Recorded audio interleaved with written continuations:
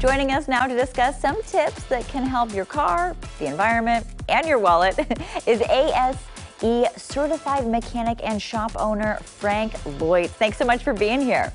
Yes, let's keep it simple. Start with that air filter. We see a lot of dirty air filters, neglected, that come in the garage.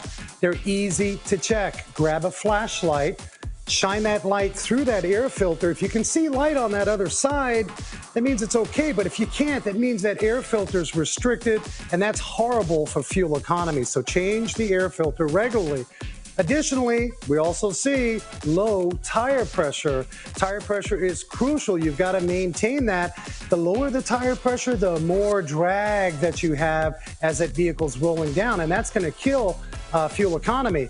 Driver's side door is where you can find that specification. Make sure you set that tire pressure. An oil change. It is critical to staying timely. Haviland Pro RS Renewable Full Synthetic Motor Oil is the way to go. 25% of Haviland Pro RS is eco-friendly by the way of plant-based oil. It's incredible. So stay timely on your oil service. Pick some of this up at a Walmart. Bring it down to the garage. Have them change the oil. Stay timely. It's critical to fuel economy.